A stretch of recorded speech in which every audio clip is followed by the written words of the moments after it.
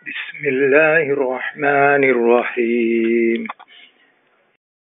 بسم الله الرحمن الرحيم الحمد لله رب العالمين اللهم صل وسلم على سيدنا محمد قال سبحانك لا علم لنا إلا ما علمتنا إنك أنت العليم الحكيم وقال رب اشرح لي صدري ويسر لي أمري wahlul 'uqdatam min lisani yafqahu qawli.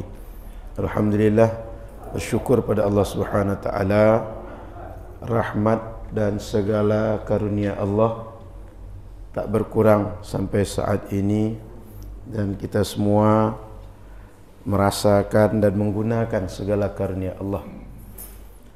Salawat berangkai salam kepada Rasulullah sallallahu alaihi wasallam. Semoga kita semua patut untuk bersama Rasulullah di akhirat di tempat terbaik. Amin ya rabbal alamin.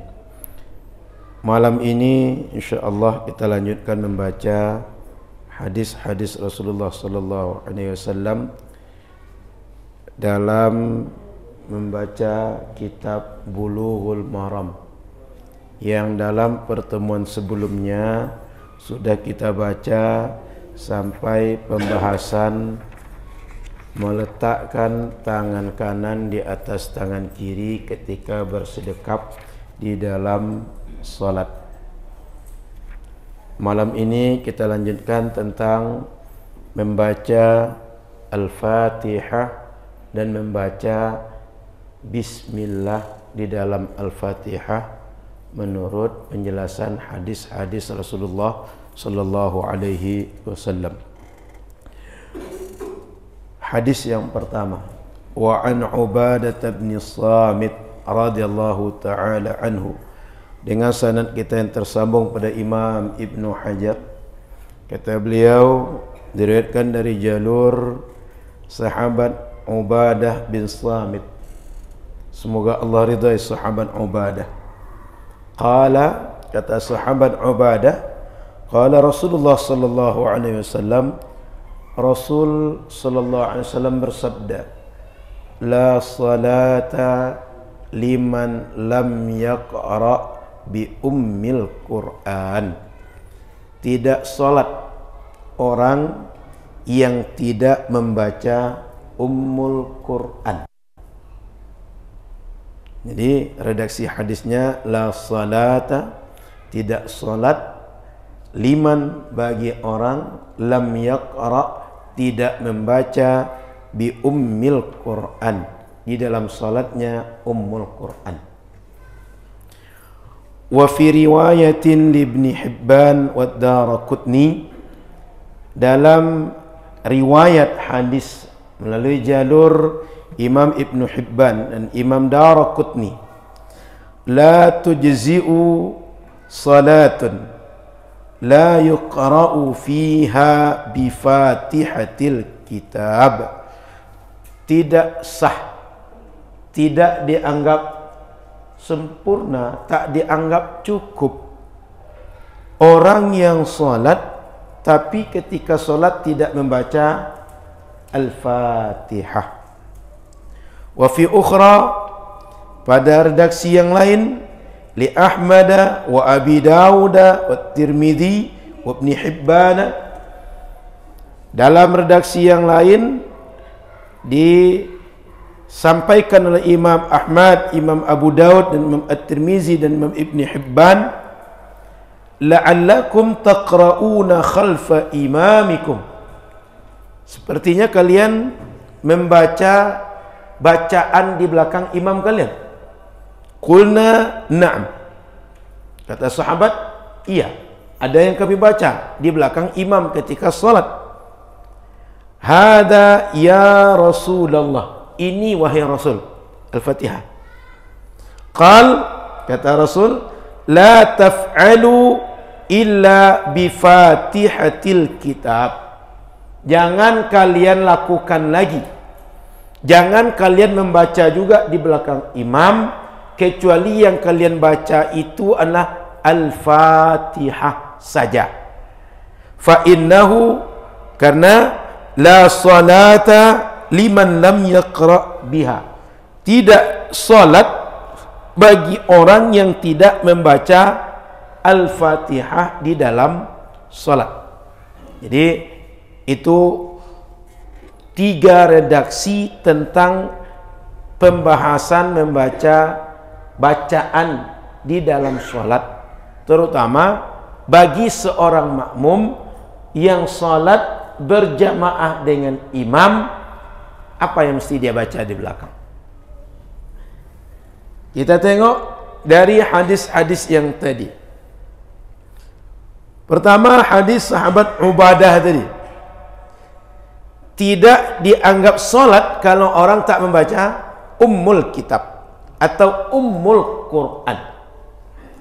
Oleh karena itu, wajib membaca Al-Fatihah di dalam salat.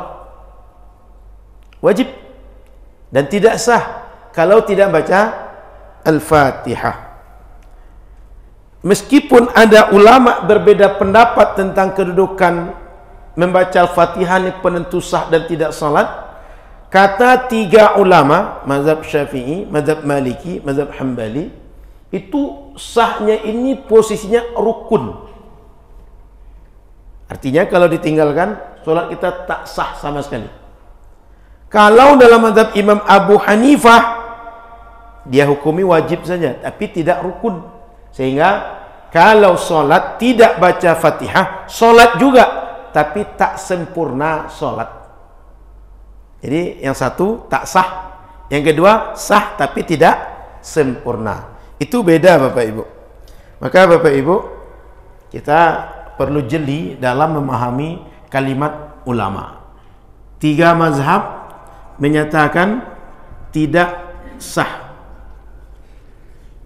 Mazhab Imam Abu Hanifah mengatakan sah tapi tidak sempurna. Maka kalau ada orang sholat dia tak baca Fatihah, sholatnya sah. Kalau mazhab yang 3 tak sah sama sekali, dinafikan sama sekali, sholat itu tidak sah. Kalau mazhab Abu Hanifah yang dinafikan kesempurnaan saja, solat dianggap oleh syariat, orang dianggap mengerjakan sesuai tuntunan syariat, tapi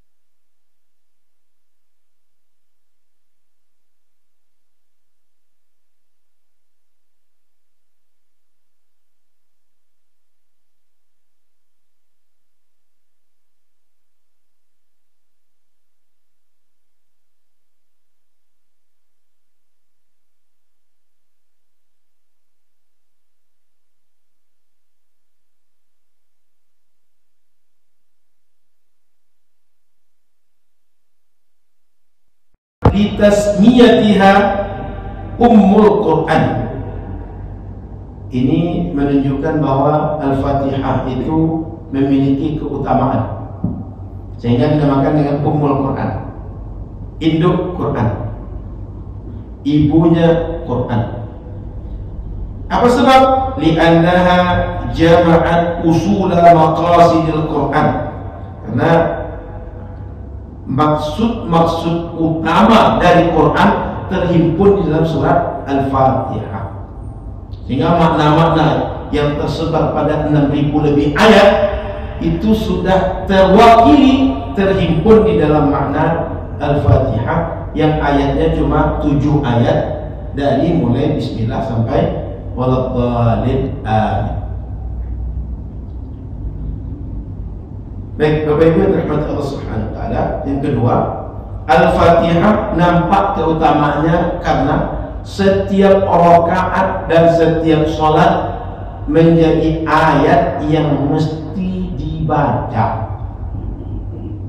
Jadi dua sebab Fatihah itu disebut sebagai ayat atau surat memiliki keutamaan. Satu, namanya Ummul Quran, induk Quran. Yang kedua, dipilih oleh syariat agar dibaca setiap kali sholat, bahkan setiap rakaat di dalam sholat. Wallahu a'lam. Pembahasan kita barusan tentang baca Al-Fatihah, belum membaca basmalah lagi. Baik, sampai sini ada pertanyaan, kita diskusi. Silakan. Ada pertanyaan? Silakan, Pak. Di dalam pelaksanaannya kan kita untuk makmum membaca Al-Fatihah. Sekarang imam membaca Al-Fatihah, kemudian makmum diam, Pak. Jadi kapan kita makmum juga baca Al-Fatihah, Pak? Apakah waktu imam baca surat atau bagaimana, Pak? Baru imam Al-Fatihah. Sudah. Semestinya setelah imam baca Waladhdallin amin, dia diam saja. Supaya apa? Memberi jeda waktu kepada makmum membaca. Imam membaca Al-Fatihah, makmum dengar. Kan imam baca Fatihah tuh. Setelah kita takbiratul ihram, imam baca iftitah, lalu baca Fatihah. Kita diam di belakang, dengar. Setelah Waladhdallin amin, semestinya sebaiknya setiap imam diam dulu sejenak. Untuk apa? Memberi waktu, memberi kesempatan kepada makmum baca Fatihah. Setelah itu baru imam lanjut baca surat atau baca ayat sesuai dengan apa yang hendak dibaca dalam sholat. Semestinya begitu, Pak. Tapi kalau ada, kita tahu di tabiat imam, ini imam ini asal sholat, dia pertama cepat, yang kedua bacanya singkat. Kalau kita baca setelah Waladhdallin amin dengan imam, ini tak akan terkejar. Bagaimana? Dalam mazhab Syafi'i itu boleh makmum baca bersamaan dengan imam. Kenapa? Kalau dia tak baca, dia bisa-bisa tidak terbaca Al-Fatihah dalam sholat, sehingga dia meninggalkan yang menjadi rukun menurut mazhab Syafi'i di dalam sholatnya. Itu, Pak. Tapi kalau kita tahu imam kita, kalaupun tak dikasih jeda makmum untuk membaca, dia bacanya tidak terlalu cepat, tak terlalu lambat. Kalaupun kita baca, akan selesai sebelum dia ruku. Maka kita tak apa-apa, setelah imam baca ayat, kita baca Al-Fatihah. Ada pertanyaan, Ustaz, bagaimana kalau misalnya kita masih baca Fatihah, imam sudah ruku, kita lanjutkan sampai selesai Fatihah. Kalau bacaan kita lambat, percepat sedikit, sehingga jangan sampai kita masih baca Fatihah, imam sudah sujud. Kalau imam masih tidak dan kita masih baca Fatihah, kita masih dianggap mengikut imam dalam berjamaah. Belum terputus iktidak kita dengan imam, belum terputus kita mengikut imam di dalam sholat berjamaah. Karena dihitung terputus bila jarak imam dengan makmum sudah beda lebih dari 2 rukun sholat. Itu, Pak. Jadi jangan sampai masih baca Fatihah sementara imam sudah sujud. Kalau imam mau sujud kita sudah rukuk, itu belum batal salat kita. Masih bisa kita melanjutkan mengikut imam. Paham kan? Silakan, ada lagi?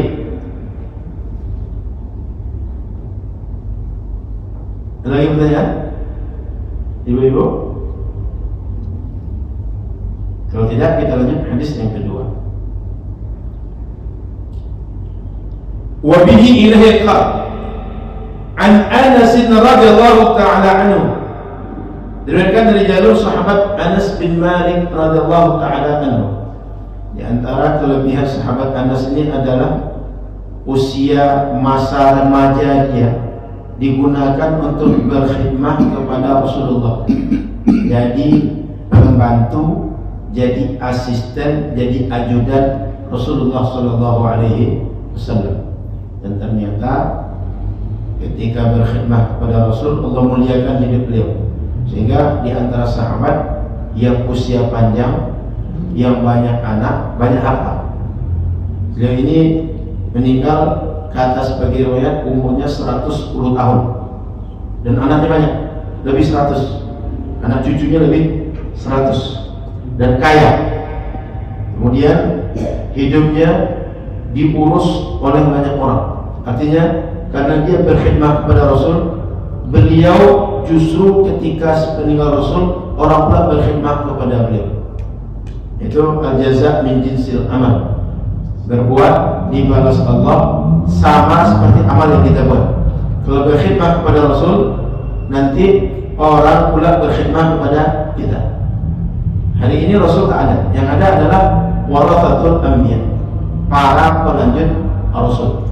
Sehingga kalau kita tengok pesantren-pesantren model salafiyah, bukan salafi, salafiyah, yang model klasik, yang model pondok pesantren kita kuning, yang tradisional, pondok lama, itu ada orang yang memang sengaja menjadikan dirinya itu terikat untuk berkhidmah kepada ulama, sehingga dihabiskan dirinya menjadi pembantu untuk mengurus urusan-urusan yang bukan urusan ilmu saja, tapi membersihkan rumahnya, mengurus ternaknya, mengurus pertaniannya, menjadi sopirnya, mengurus apa saja terkait hubungan pribadi dia dengan aset-aset dia adalah berkhidmah untuk itu.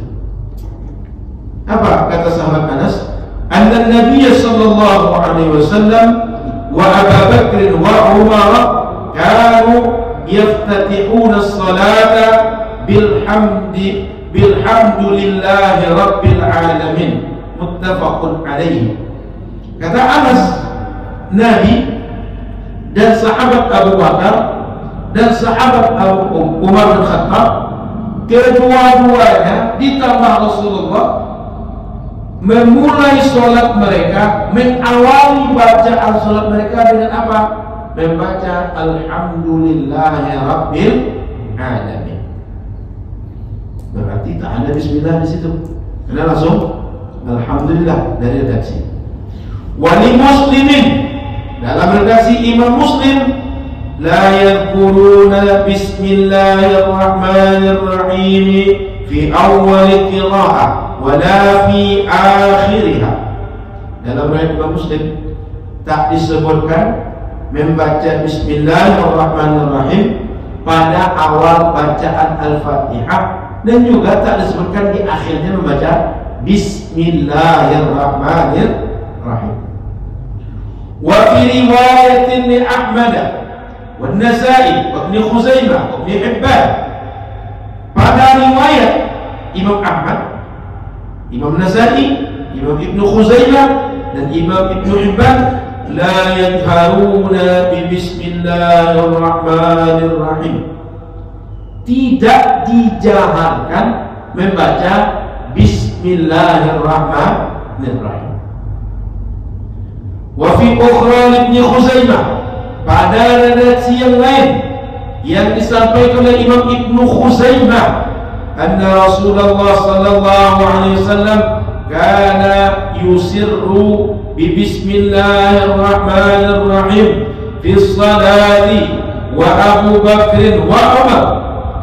Rasul Bakar, Umar membaca secara sir Bismillahirrahmanirrahim. Kemudian wa ala hadha yu'malu nafyu fi riwayat Muslim khilafan liman a'andaha. Berdasarkan riwayat tadi itulah ditafsirkan, dijelaskan maksud hadis Imam Muslim yang tak dibacakan Bismillahirrahmanirrahim pada awal bacaan. Jadi saya tidak tahu di kitab-kitab Pak Irza, Pak Ustaz, Pak Mal ada tak yang tadi itu? Wafi Muslim, Wafi Ibn Hibban semacamnya ada ya? Dalam Imam Muslim la yadhkuruna katanya bi Bismillahirrahmanirrahim.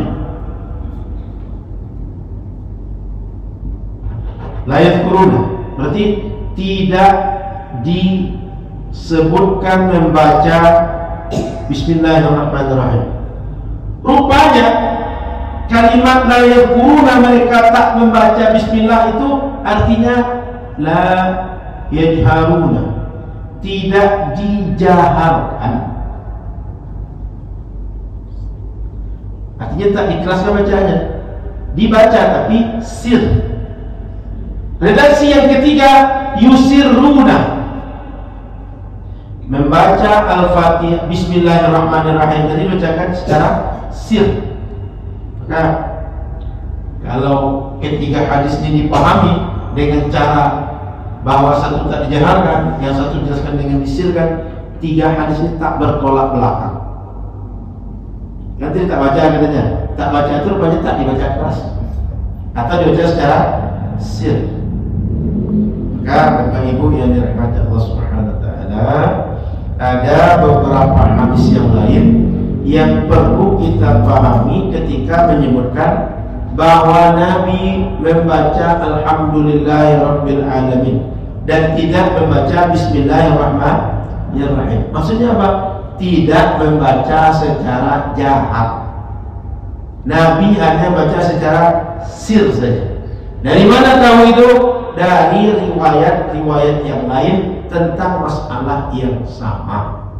Tentu saja hadis Nabi jangan diadu satu dengan yang lain, tapi hadis-hadis itu kita coba kombinasikan pemahamannya antara satu hadis dengan yang lain. Sebab sumber hadis satu, tak mungkin Nabi kontradiksi dengan dirinya, tak mungkin Nabi menafikan dirinya sendiri.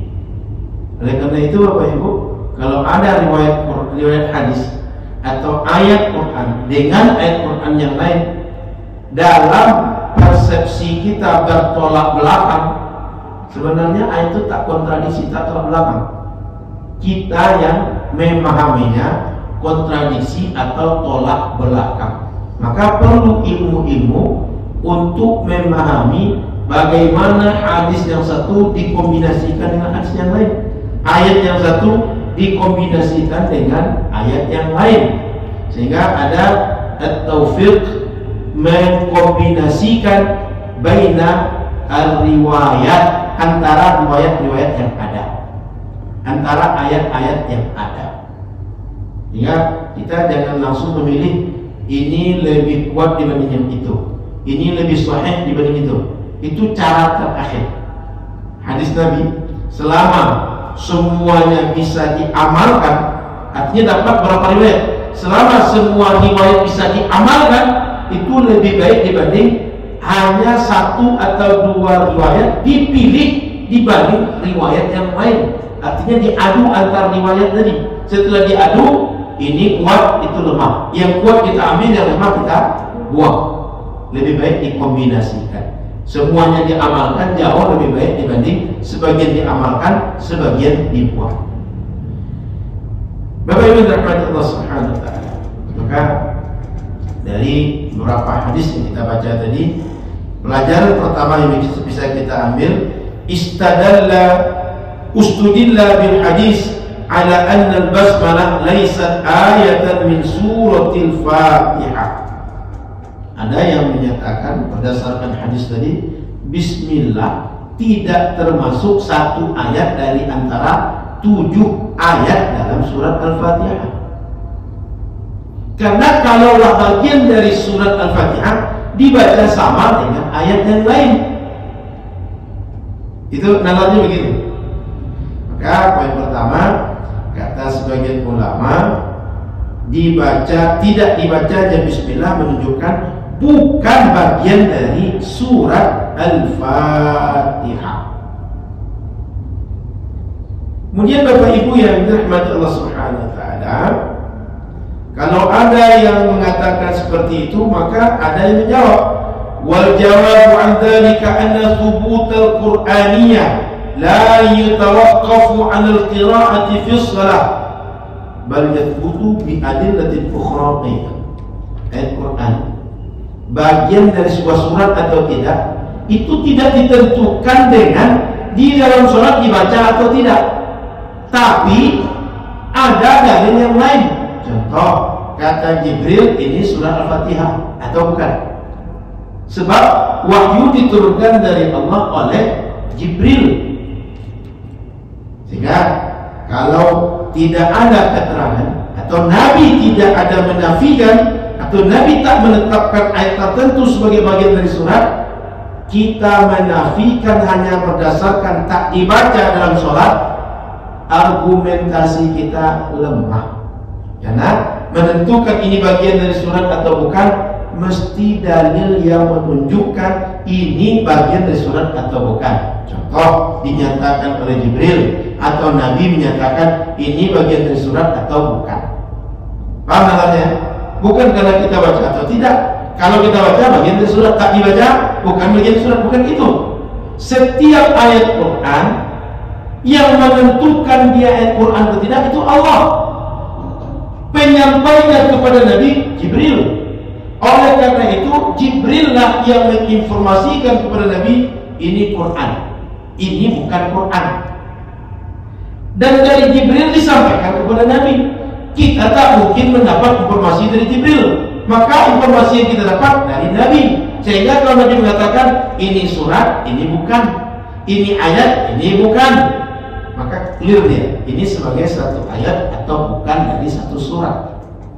Oleh karena itu jawabannya, jangan dianggap gara-gara tak dibaca dalam surat dia bukan ayat dari surat Al-Fatihah. Paham aja Pak Ibu? Jadi kan ada orang berargumen dalam baca Al-Fatihah tidak dibaca basmalah.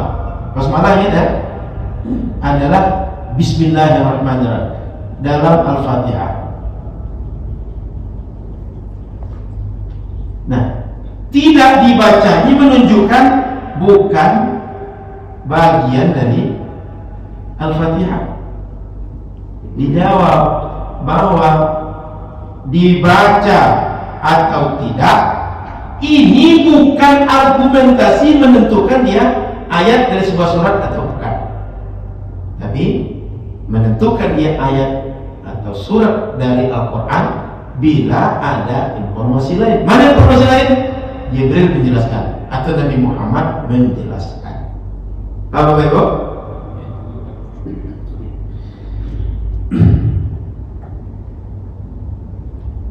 Lanjutnya Bapak Ibu rahmat Allah Subhanahu wa taala, kalau kita tengok secara kenyataan di dalam Al-Quran,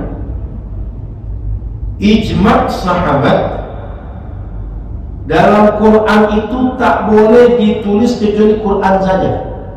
Dan kita temukan hari ini, sejak dulu kita melihat Al-Quran, dalam Quran itu pasti ada Bismillahirrahmanirrahim selain surat At-Taubah. Itu maknanya Al-Fatihah. Kalau di awalnya ada Bismillah, Bismillah itu ayat Quran. Karena sahabat Nabi tidak meletakkan dalam mushaf Al-Quran kecuali ayat Al-Quran. Dan semua surat di awalnya ada Bismillahirrahmanirrahim kecuali satu, surat At-Taubah. Dan itu meskipun tak dibaca satu kali itu di dalam surat surat Al-An'am Wa innahu bi Sulaiman innahu bismillahirrahmanirrahim. Surat An-Naml. Surat An-Naml ayat 24 disebutkan bahwa di saat Ratu Balqis dan Raja Sulaiman terjadi diskusi di antara mereka, terjadi surat menyurat di antara mereka. Di antara isi surat itu adalah surat ini berasal, surat itu dibuka dengan Bismillahirrahmanirrahim. Lanjut, poin kedua. Berbeda mazhab ulama tentang baca bismillah dalam surat. Apa perbedaan mereka?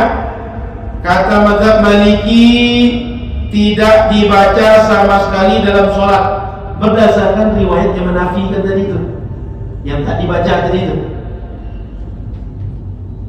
Seperti dalam riwayat Muslim, la yadhkuruna bi bismillahirrahmanirrahim. Jadi tak disebut. Sehingga mazhab Imam Malik itu yang masyhur mengatakan makruh membaca Bismillahirrahmanirrahim di dalam Al-Fatihah itu. Kenapa? Dinafikan. Kalau nafikan berarti jangan dibaca. Kalau dibaca berarti melawan perintah. Maka makruh bagi mereka membaca Bismillahirrahmanirrahim.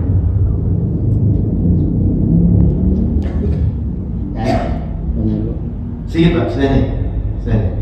Kata ulama Hanafiyah, yusannu qira'atul basmalah, disunnahkan baca bismillah. Kalau mazhab Malikiyah tidak dibaca. Kalau dibaca makruh. Kalau mazhab Hanafiyah sunnah dibaca. Kalau mazhab Syafi'i dan Imam Ahmad wajib dibaca. Dan itu merupakan bagian dari Al-Fatihah, dan Al-Fatihah rukun di dalam sholat. Jadi sebelum mazhab Imam Abu Hanifah sunnah, mazhab Imam Malik tidak dibaca, kalau dibaca makruh. Mazhab Imam Ahmad, mazhab Imam Syafi'i wajib dibaca. Dari mana datang tiga pendapat berbeda ini? Dari redaksi riwayat yang didapatkan oleh ulama. Seperti contoh yang kita sebutkan dari papan tulis ini. Silakan Pak. Masih ada. Rasa pembacaan bismillahirrahmanirrahim tergantung iman dan masyarakat tadi Pak ya.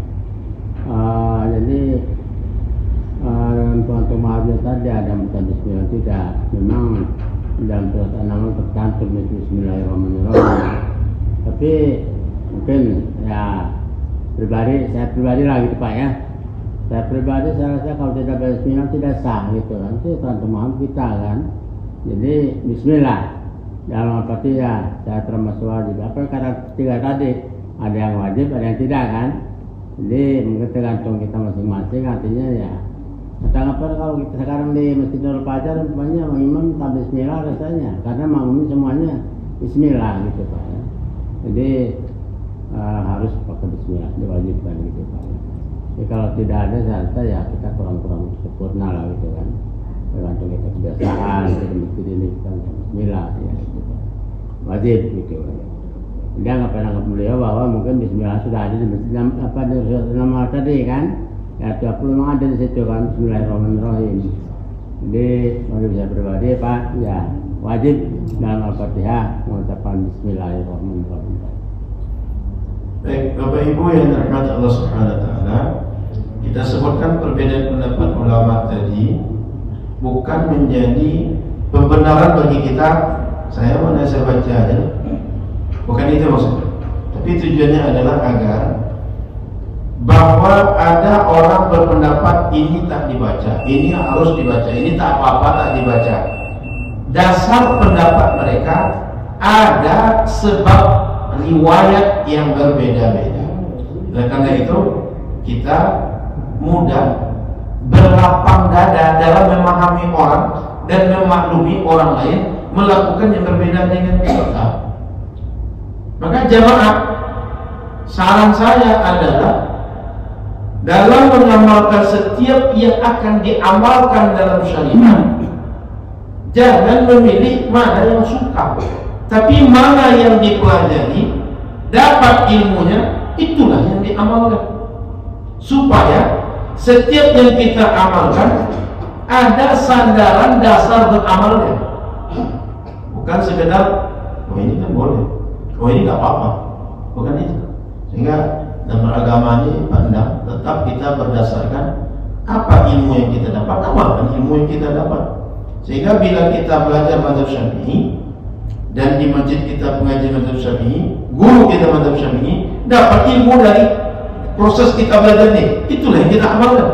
Anda pun mengetahui mazhab yang lain untuk membuat lapang dada kita, kemudian mudah memaklumi orang bahwa perbedaan yang terjadi itu pada hakikatnya bukan perbedaan sebabnya ego atau tak mau sama dengan orang, yang penting beda, tapi sebabnya adalah hanya riwayat yang memang menjadi argumentasi logis untuk bisa berpendapat dengan berbeda-beda pendapat. Gitu benar. Maka di sini dan di masyarakat kita, bila masyarakat kita ilmunya semuanya mesti baca bismillah dengan jahar, baca Al-Fatihah dalam setiap rakaat dalam salat, kita jangan buat yang berbeda.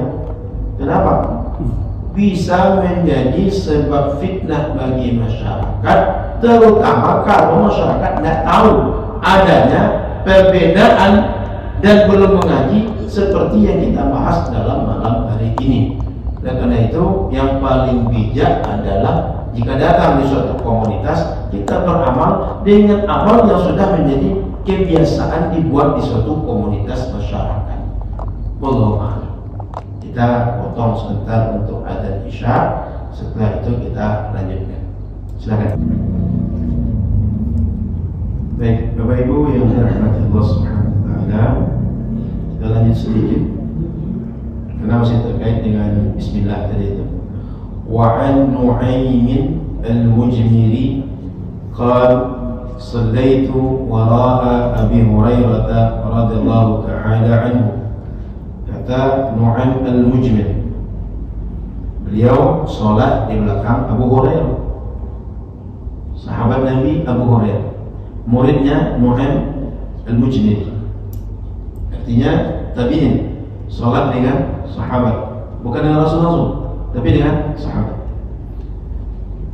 Faqara'a, saat sholat dengan Abu Hurairah, faqara'a bismillahirrahmanirrahim. Abu Hurairah membaca bismillahirrahmanirrahim.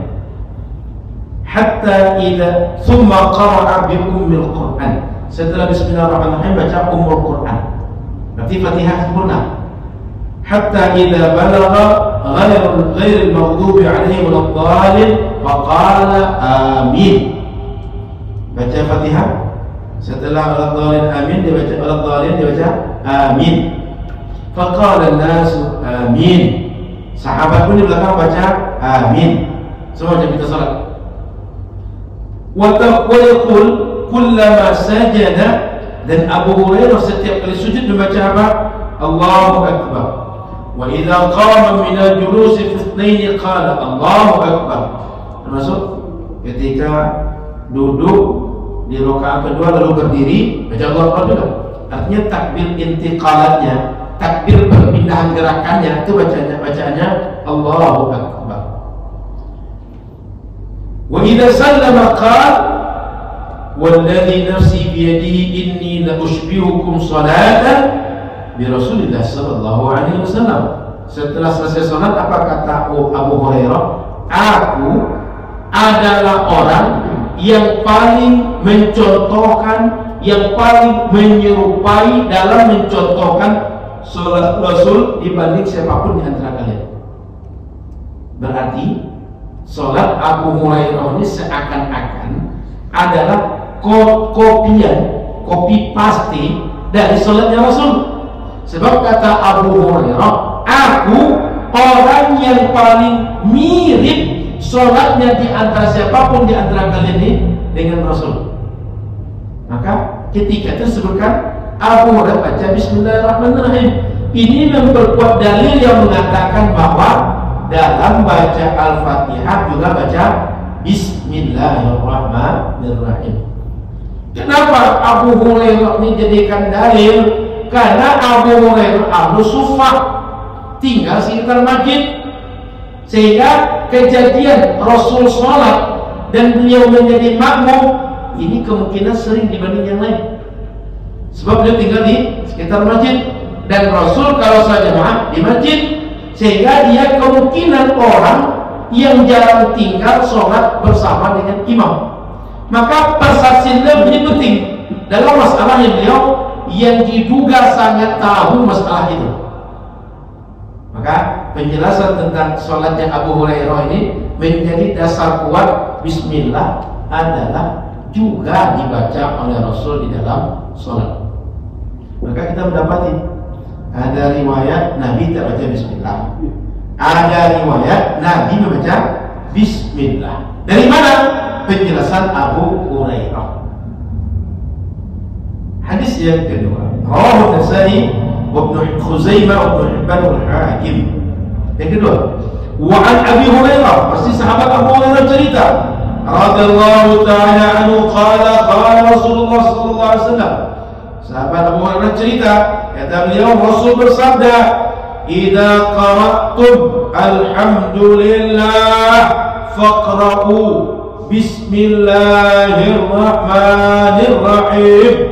Kalian bila baca alhamdulillah, baca juga oleh kalian bismillahirrahmanirrahim. Innaha ummul Quran, karena Al-Fatihah itu ummul Quran, wa ummul kitab, dan induk daripada Alkitab, was-sab'ul mathani, dan 7 ayat yang terus diulang-ulang di dalam salat, wa bismillahirrahmanirrahim ihdaha, dan bismillahirrahmanirrahim satu di antara ayat-ayat dari Al-Fatihah.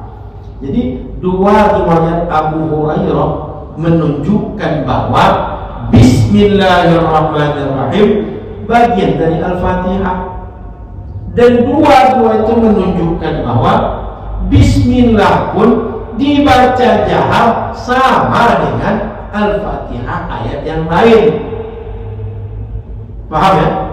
Maka dalil mazhab Syafi'i dan mazhab para ulama yang mengatakan bismillahirrahmanirrahim mesti dibaca dan dibaca jahar juga kuat riwayatnya.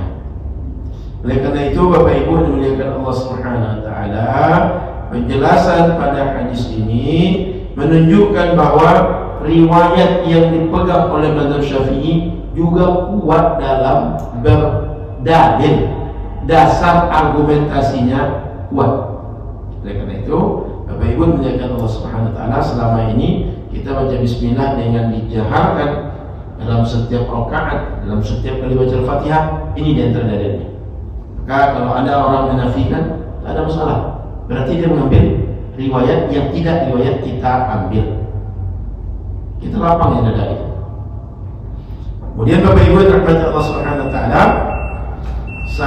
sahabat Abu Hurairah, karena dia orang yang sangat tahu tentang Rasul, ini bisa menjadi argumentasi logis, masuk akal. Bukan sebuah argumentasi yang dibuat-buat, tapi dia argumentasi logis yang kuat. Saya kira itu hadis kita di malam hari ini. InsyaAllah di kesempatan berikutnya kita membaca hadis tentang membaca amin setelah Al-Fatihah. Dua pembahasan kita malam ini, baca Al-Fatihah, yang kedua baca Bismillah dalam Al-Fatihah. Kemudian pembahasan terus ditambahkan dalam turunannya, setiap rakaat atau tidak, imam saja atau imam dan makmum. Sudah kita bahas, mudah-mudahan manfaat. InsyaAllah kita sambung di kesempatan akan datang tentang pembahasan membaca amin setelah selesai membaca Al-Fatihah. Wallahu a'lam. Subhanakallahumma wa bihamdika, asyhadu an la ilaha illa anta, astaghfiruka wa atubu ilaika. Assalamualaikum warahmatullahi wabarakatuh.